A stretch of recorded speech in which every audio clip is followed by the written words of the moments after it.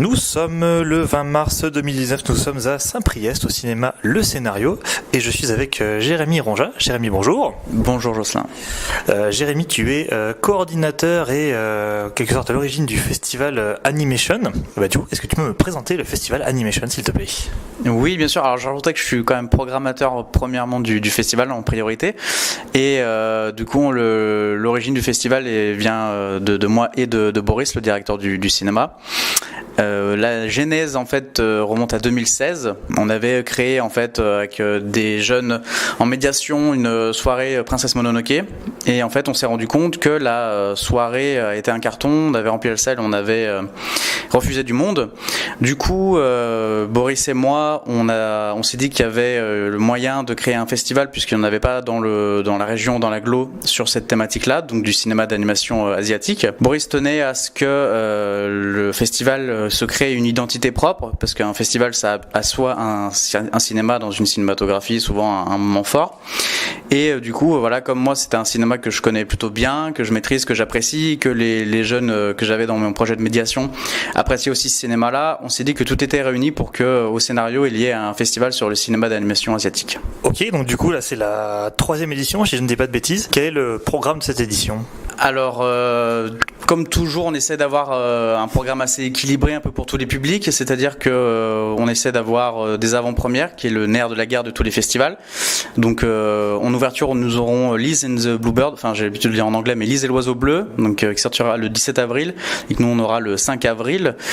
C'est un film de la réalisatrice de A Silent Voice. Nous aurons aussi l'avant-première de Penguin Highway. Nous aurons également des inédits comme Makia When the Promised Flower Blooms, donc qui était sorti que sur 10 séances en France en septembre et qui est donc un film qui n'a pas été vu du grand public.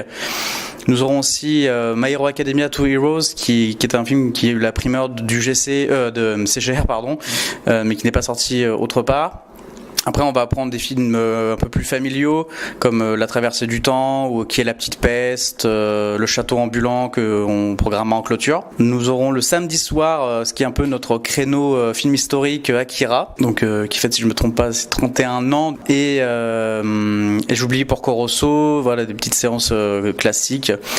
Et voilà, pour la première fois aussi, nous allons avoir une séance en partenariat avec une plateforme de diffusion de VOD, Crunchyroll, sur une séance qui concernera Mob Psycho 100, donc un anime qui est très populaire puisque c'est du créateur de One Punch Man. Donc nous aurons en fait l'OAV qui résume la première saison et les 3 premiers épisodes de la saison 2. Ok, alors du coup vous avez quand même pas mal d'avant-premières, à ce que j'ai compris. Comment on fait pour en avoir autant en fait ? On est très gentil avec les distributeurs. Moi déjà, ce que je fais en tant que programmateur, c'est que régulièrement, tout au long de l'année, je pars un peu à la pêche aux informations sur quel film pourrait sortir sur le territoire français ou sortir donc en salle ou alors via justement les plateformes de VOD comme Wakanim ou ADN, ce genre de choses. J'essaye de ensuite trouver qui possède les droits. En espérant que la date de sortie est à peu près, est cohérente avec la date du festival. Et du coup, je transmets ces informations à Boris, le directeur, qui lui se charge des négociations avec les distributeurs ou les ayants droit. Et du coup, la sélection chaque année, elle se fait comment ? Enfin, est-ce qu'il y a des espèces de quotas, ou vous essayez de choisir des réalisateurs que vous aimez bien ou des thématiques ? Alors du coup, déjà la programmation, je la fais plus ou moins tout seul. Boris valide ou invalide mes choix, mais du coup je m'y prends tout seul.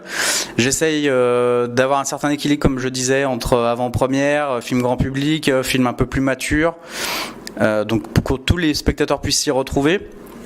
Mais voilà, après bien sûr il y a des questions, qu'est-ce qu'on décide de montrer ou ne pas montrer dans un festival, où sont les limites qu'on se pose régulièrement, mais on n'a pas de cahier des charges très très précis. Et du coup c'est aussi un festival qui se développe un peu en dehors de ses murs, puisqu'il y a aussi pas mal d'animations qui sont prévues cette année. Est-ce que vous pouvez nous en dire un peu plus ?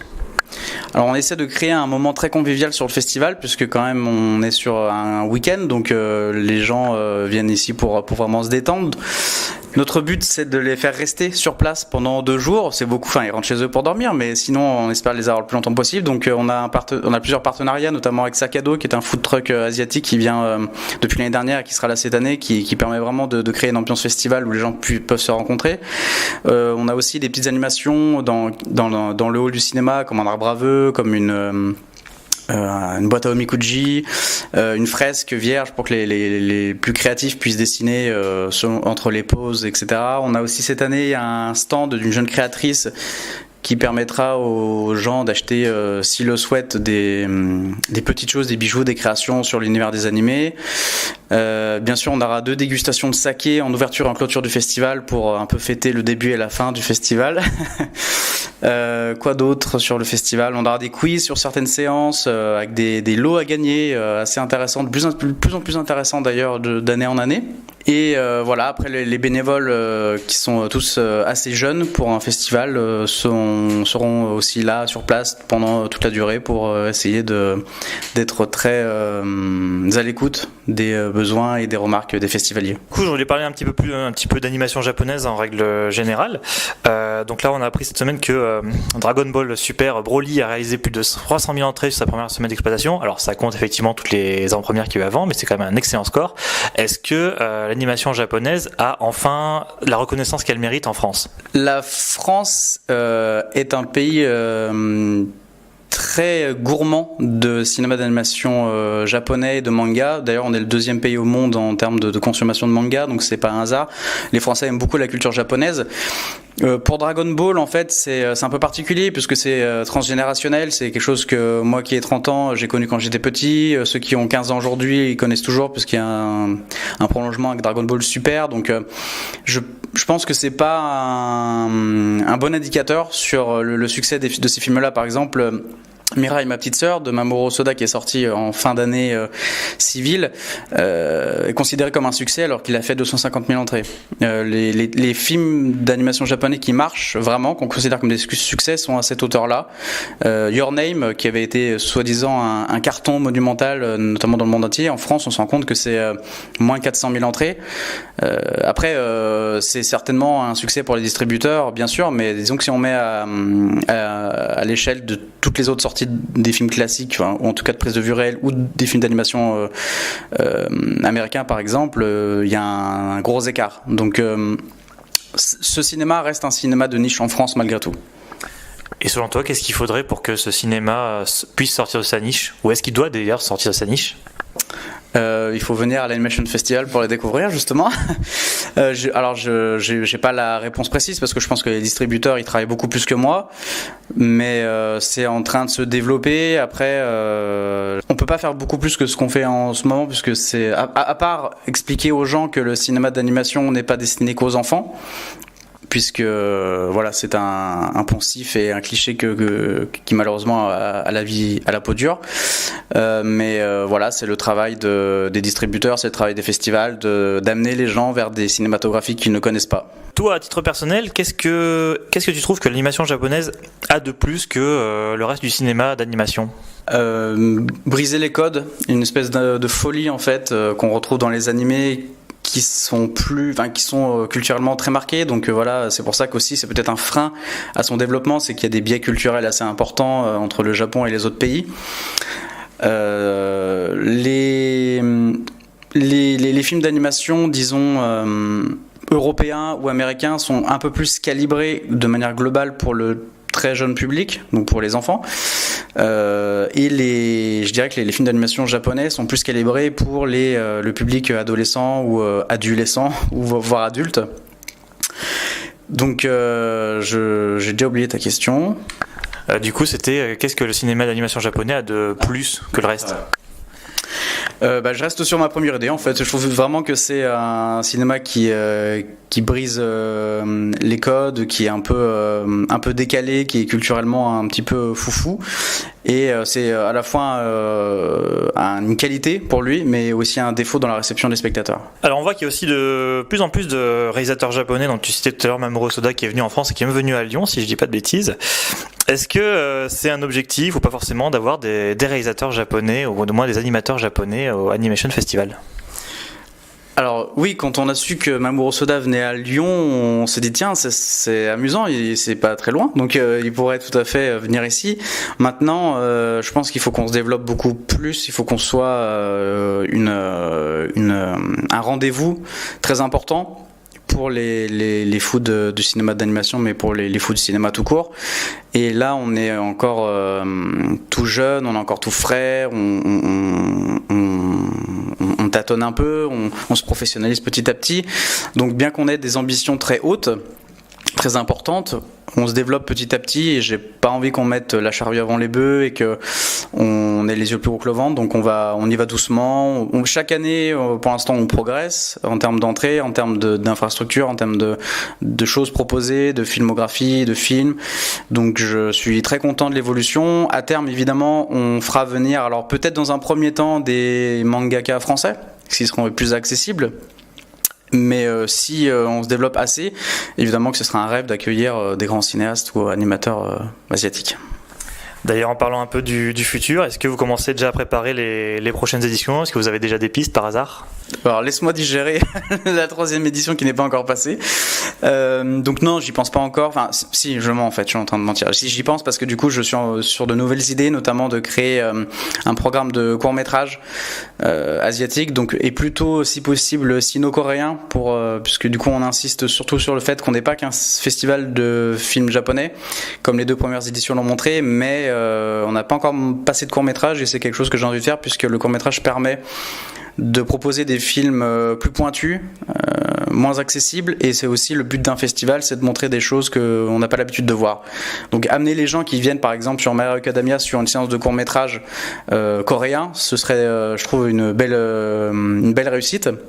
Donc c'est mon idée principale pour l'année prochaine.